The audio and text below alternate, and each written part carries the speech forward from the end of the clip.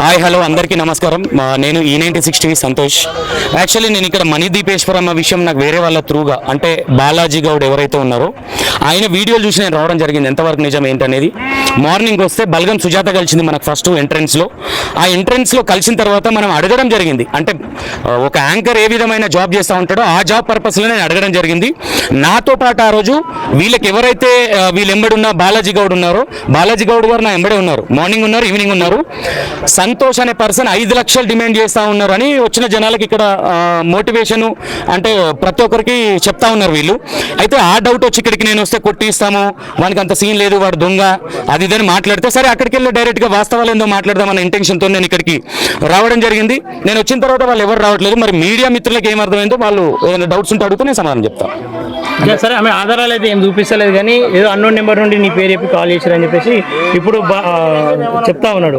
Okay, నేను ఏమంటా ఉన్నానంటే ఓకే అన్నోన్ నంబర్ నుంచి వచ్చినప్పుడు ఆ నంబర్ తీసుకెళ్లి పోలీస్ వ్యవస్థ ఉంది వాళ్ళకి చూపించాలి. వాళ్ళు ఏదంటే లీగల్గా ఉంటే యాక్షన్ తీసుకుంటారు, అవునా కాదా? మరి లీగల్ యాక్షన్ ఎందుకు తీసుకోలేదు 2 వారాల నుంచి? అవే ఎవిడెన్స్ ఏవైతే చెప్తా ఉన్నారో ఆ ఎవిడెన్స్ ఇలా ఫ్రెండ్ది వాళ్ళ నేను ఆల్రెడీ కాల్ బ్యాక్ చేసిన, ఆ వీడియో కూడా నేను రిలీజ్ చేసిన. వాళ్ళు ప్రూఫ్ చేయమనండి, సంతోష్ డబ్బులు అడిగినట్టుగా, సంతోష్ టీం డబ్బులు అడిగినట్టుగా. మరి ఇప్పుడు ఈయన ఉన్నది కదా మీడియా, ఎందుకు వచ్చి మాట్లాడట్లేదు అనుకుంటున్నారు మీరు? అంటే మీడియా వాళ్ళందరూ కూడా ఇంతకు ముందు మీరు చేసినప్పుడు వీడియో కూడా ఆ వీడియో వల్ల చాలా వాళ్ళకందరూ కూడా నష్టం జరుగుతుంది, మా గురించి బ్యాడ్ చూపిస్తున్నారని చెప్పి చెప్తున్నారు. మరి అంటే నేను ఉండే వాస్తవాలు చూపిస్తే వాళ్ళు బ్యాడ్ అనుకోండి, నా గురించి బ్యాడ్ గా పోర్ట్రేషన్ చేస్తారు అంటున్నారా? అదే అనుకోవచ్చా? అదే అనుకోవచ్చు. సరే, మీ మీద ఎలిగేషన్స్ చేస్తుంది అంటారు కదా, మీరు లీగల్ గా ఎట్లా ఫైట్ చేస్తారు? లీగల్ గా 100%. ఎందుకంటే ఒక మీడియా పర్సన్ గా నేను చాలా కేసులు టేకప్ చేసిన, ఇప్పటి వరకు నాకు అలాంటి ఇష్యూ లేదు. ఇక్కడ ఏదన్నా సంతోష్ అనే పర్సన్ పేరు చెప్పుకొనైనా సంతోష్ అయినా అలాంటి చేస్తే లీగల్ గా సంతోష్ మీద యాక్షన్ తీసుకోవాలి. నేను ఇక్కడే నిలబడ్డా, మణిదీపేశ్వరమ్మ జ్యోతమ్మ వారి ఇంటి ముంగటే నిలబడ్డా. నేను రెడీ. ఇక్కడ ఇప్పుడు నిజామాబాద్ లో ఉన్నాము, ఇక్కడ పిఎస్ వెళ్ళడానికి రెడీ. ఎంక్వైరీ చేపియండి, కేసులు పెట్టేయండి. వచ్చిన జనాలకు బ్యాడ్ ఎట్లా పోర్ట్రేషన్ విత్ ప్రూఫ్స్ తో ప్రూఫ్ చేయండి అని నేనే చెప్తా ఉన్నాను కదా. ఇక లోకల్ మీడియా మిత్రులు ఉన్నారు కదా, మీకు సపోర్ట్ చేసే మిత్రులు, అవి కూడా వస్తాయి బయటికి. వాళ్ళకే చూపించండి ఎవిడెన్స్. ఎందుకు చూపించట్లేదు? 3 వారాలు అవుతుంది నేను వచ్చిపోయి, నెల అవుతుంది. ఆదివారానికి నెల నేను వచ్చి ఇక్కడికి, సాటర్డే అంటే నెల 1 రోజు అయిపోతుంది నేను ఇక్కడికి వచ్చి. మరి ప్రూవ్ చేయాలి కదా, ఎందుకు చేయట్లేదు అనుకుంటున్నారు మీరు? ఏమనుకోవచ్చు అంటే నిజాయితీగా ఎవరైనా వర్క్ చేస్తే ఇలాంటి డబ్బులు అడిగిరని ఎలిగేషన్ చేసి ఆ మనుషులను భయపట్టించే భయప్రాంతాలకు గురి చేయాలనేది వీళ్ళ ఇంటెన్షన్ అనుకోవచ్చా? ఓకే, మీకేమనిపిస్తా ఉంది? మరి సరే, అది ఫేక్ రియల్ అనేది పక్కన పెడితే వాళ్ళు బయటకు వస్తలేరు కాబట్టి తప్పు చేశారని చెప్పేసి ఒప్పుకుంటారని అర్థమైతా ఉంది. ఓకే, ఇప్పుడు సంతోష్ తప్పు చేసిందని మీరు అనుకుంటున్నారా, లేదంటే వాళ్ళు తప్పు చేశారు అనుకుంటున్నారా? సరే, వాళ్ళ నుండి తప్పుగా అనిపిస్తా ఉంది. ఇప్పుడు మీరేం చేయబోతా ఉన్నారు? ఏం లేదు, లీగల్ గా నా మీద ఎలాంటి ఎలిగేషన్ చేశారో ఇప్పుడు ఆల్రెడీ పోలీస్ వాళ్ళు కూడా వచ్చారు కాబట్టి 100% గా దీన్ని లీగల్ గానే వెళ్తాం. ఆల్రెడీ కంప్లైంట్ కూడా చేయడం జరిగింది. నేను ఏమంటా ఉన్నా, వీళ్ళు దొంగలు కాదు దొరలే అయితే లీగల్ గా వీళ్ళు ప్రతి ఒక్కరికి వచ్చిన వాళ్ళకి ఆన్సర్ ఇవ్వాల్సిన బాధ్యత. దొంగల్లాగా దాచుకోకూడదు. మరి ఎందుకు దాచుకుంటారో నాకు అర్థం కావట్లేదు. నేను దొరలాగానే వచ్చినా ఏ తప్పు చేయలేదు కాబట్టి మరి నేను ఇదే ఉన్నా కదా, మరి వాళ్ళు ఎందుకు రావట్లేదు? అది వాళ్ళని అడగాలి, మీరు నన్ను అడగొద్దు కాదు. అమ్మ, మీరు చెప్పండి.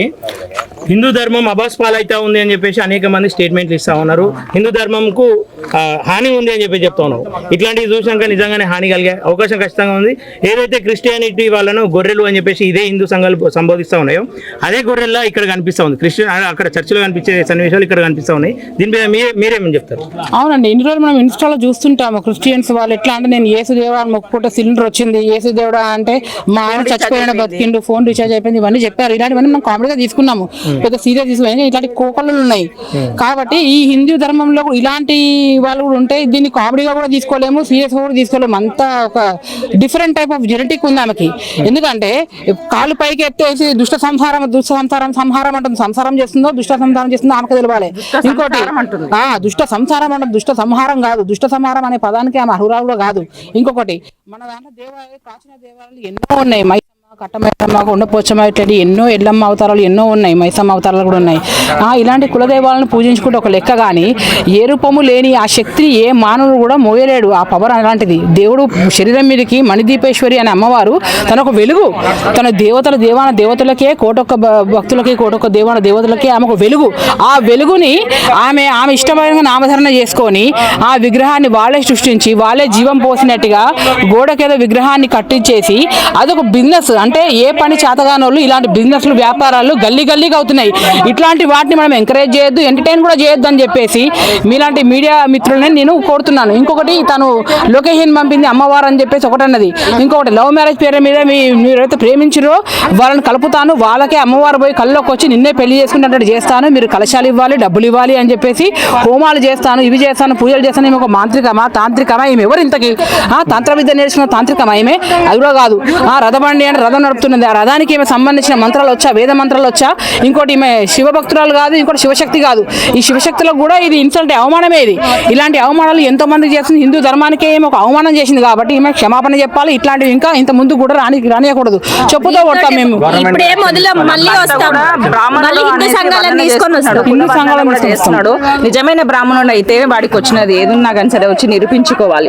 ఇక్కడ ఒకసారి మీరు స్థలాన్ని గనక చుట్టూ ఒకసారి మీరు కెమెరాలకు చూపిస్తే గనక ఇక్కడ ఏమి జరిగినా, అర్ధరాత్రులు ఏది జరిగినా కానీ ఎవరు వచ్చి ఆదుకునేవారు ఉండరు, అడిగే వాళ్ళు ఉండరు. ఇలాంటి ప్రదేశంలో ఎవరు నా ఇంటి ముందు వచ్చినా కానీ ఏం చేసి పడేస్తున్నా చూడండి, చంపి పడేస్తా అని మాట్లాడుతుంది.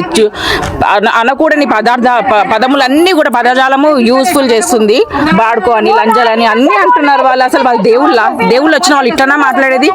బూతులు మాట్లాడతారా ఎక్కడైనా? బూతులు మాట్లాడుకుంటూ భూతాలు వదిలిస్తా అని చెప్పి కొట్టడము, ఇక చెప్పులు తీసి కొట్టడానికి ఎవరిని?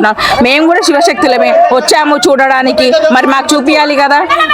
నిజమైన దేవుడైతే వెళ్ళి చూస్తాం కదా, మేము కూడా ఏముంది ఏం లేదు అనేది మేము కూడా తెలుసుకుంటాం కదా. తెలుసుకోవడానికే కదా వచ్చింది. వాళ్ళు ఇన్స్టాల్లో పెట్టారు, యూట్యూబ్ లో పెట్టారు. దేవీ దేవత శక్తులు చూపించమంటే తాళం వేసుకొని గేట్లు క్లోజ్ చేస్తున్నారు. రానివ్వట్లేదు, కనీసం ఆడవాళ్ళని కూడా లోపలికి రానివ్వట్లేదు. నిజమా కాదా చూడడానికి పోతే కూడా మేము కూడా చూసేవాళ్ళం కదా నిజమైన దేవుడా ఏంది. అసలు మణిదీపం అనేది ఒక వర్ణన మాత్రమే తప్ప మణిదీప దేవత అనేది ఎక్కడా లేదు. ఈ పురాతన కాలం నుంచి చూసుకున్నా కానీ ఎక్కడ కూడా ఆ మణిదీప దేవుడు అనేది మాత్రం లేదు. అది క్లియర్ గా చెప్పడం జరుగుతుంది. అంటే దీని మీద ఎట్లాంటి యాక్షన్ తీసుకోబోతా ఉన్నారు, ఎట్లా పోరాటం చేస్తారు? నేను ఒకటే ఇట్లాంటి వాటి వల్ల జనాలని నేను ఒకటే రిక్వెస్ట్ చేస్తున్నాను, ఇలాంటి గుడి నమ్మకాలతో మాత్రం రాకండి. మీ ఇంట్లోనే మీ దైవం ఉన్నది, మీ ఇంట్లోనే మీరు సరిగ్గా పూజించుకొని మీకు కావాల్సిన విధంగా మీరు కోరికలు కోరుకొని మీ ఇంట్లోనే మీ అమ్మకి ఎట్లయితే పూజించుకుంటారో అట్లాగే చేసుకుంటే అంత మంచిగా జరుగుతుంది. కానీ ఇట్లాంటి దొంగలను మాత్రం నమ్మకండి. గుళ్ళల్లో ఈ రోజులలో ఎలా మనమూత విసర్జనలు చేస్తున్నారో వాళ్ళెంత ఘోరం చేస్తున్నారో ఇది కూడా అంతే ఘోరం. మంది మీద తినేటోళ్ళకి అట్లనే ఉంటుంది. కానీ నీకు ఎట్లాంటి అనుభవం ఉంది లోపలికి పోయినాక? అమ్మవారి ఆశీస్సులు నేను ఫస్ట్ లోపటి నుంచి ఎంట్రీ అయ్యాను. నేను లోపలికి వెళ్ళాను. నాకు బొట్టు పెట్టారు, ప్రసాదం ఇచ్చారు. నేను కాసేపు కూర్చున్న తర్వాత నాకు నమ్ముకోండి మంచిగా అవుతుందని చెప్తే నేను సరే అన్నాను. ఇంకా కొద్దిసేపు కూర్చున్నాను. వాళ్ళు మాట్లాడేదంతా నేను సీక్రెట్గా రికార్డ్ చేశాను. రికార్డ్ చేస్తే ఏమని చెప్పారు, మమ్మల్ని ఒక యూట్యూబర్ 5 లక్షలు అడిగిండు, 5 లక్షలు ఇవ్వకపోయేసరికల్లా మమ్మల్ని ఇంట్లో బ్లేమ్ చేస్తుండ్రని అన్నారు. సరే అవునా అన్నాను. ఇంకొక భక్తురాలను అడిగాను నేను, ఏమని మీరు ఇక్కడికి ఎందుకు వచ్చారంటే ఇవాళ మమ్మల్ని నైట్ నుంచే ఫోన్లు చేసి పిలిపించుకొని మాకు భోజనాలు పెడతామని అన్నారు. ఏదో చెప్తామంటే మేము వచ్చామని అన్నారు. అవునా అనుకొని సైలెంట్గా కూర్చున్న తర్వాత మళ్ళీ యాజ్ అ రికార్డ్ పెట్టాను ఫోను.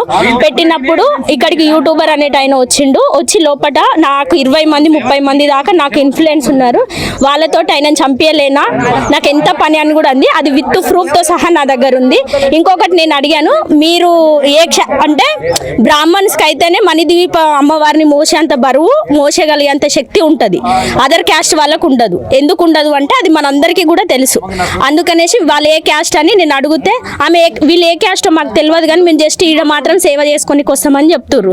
సేవ చేసుకునేటోళ్ళకి బాసర లేదా, తిరుపతి లేదా యాదగిరిగుట్ట లేదా? ఎందుకు మనుషులను ఇంత అవును ప్రతి నిజామాబాద్ లో గుళ్ళు లేవా? ఆ గుళ్ళ కాడ లేని ఈ గుడి దగ్గర ఏముంది? ఇంకొకటి దేవుడు ఉన్నాడు. ఫైనల్ గా ఇందులో దైవం ఉందంటారా లేదంటారా? లేదు, దైవం లేదు, అంతా ఫ్రాడ్. దైవం ఉంటే సంసారం చేస్తారా? నువ్వు సంసారివేనా, నువ్వు లంజవని అంటారా? దేవుడు అది చెప్పమని చెప్పిందా? సరే మేము సంసారం కాదు మేము లంజలం. మరి నువ్వు ఏ లంజవై వచ్చినావు మరి ఇడికి అంటే నేను మాట్లాడకూడదు బూతులు. అరే బే సాలే బాడకావని అంటదా కెమెరా వాళ్ళు వస్తే? ఆమె దుష్ట సంసారం చేస్తుందంట. మరి సంసారమే చేస్తుందంట. మరి ఇడికి వచ్చి చెప్పొచ్చు కదా. ఇంకొకటి వాళ్ళ ఆయన చాలా ఫ్రాడ్ అందరూ. ఆమె అయితే ఇంకా ఇక్కడ ఉన్న ఇన్ఫ్లుయెన్స్ అంటే మనం ఫస్ట్ అక్కడ నుంచి ఎంట్రీ ఇచ్చేటప్పుడే ఉంటది వీళ్ళదంతా. మేము ఇక్కడ నుంచి ఏ మొదలను నేను పక్క హిందూను, సనాతన ధర్మానికి వ్యతిరేకంత కాదు. మేము 100 మందికి మేము క్రిస్టియన్స్ మాట్లాడతాం, మీరు ఇట్లే మాట్లాడుతున్నారు అట్లా మాట్లాడుతున్నారు. మా హిందువుల జోలికి వస్తే మా సంస్కారాన్ని ఏదైనా తప్పు పట్టిస్తే ఎవరిని ఊరుకునేది లేదు. ఇక్కడితోటే కాదు రేపటి నాడు ఇదే మా పోరాటం ఉంటది. ఇంకొకటి ఎండోమెంట్ వాళ్ళ పర్మిషన్ లేదు. ఆ ఎండోమెంట్ మేడం కొండ సూర్యకాంత్తో సహా ఇక్కడికి మేము ఇన్వాల్వ్ చేస్తాం. ఎవరికి తగ్గేది లేదు, ఎవరికి భయపడేది లేదు.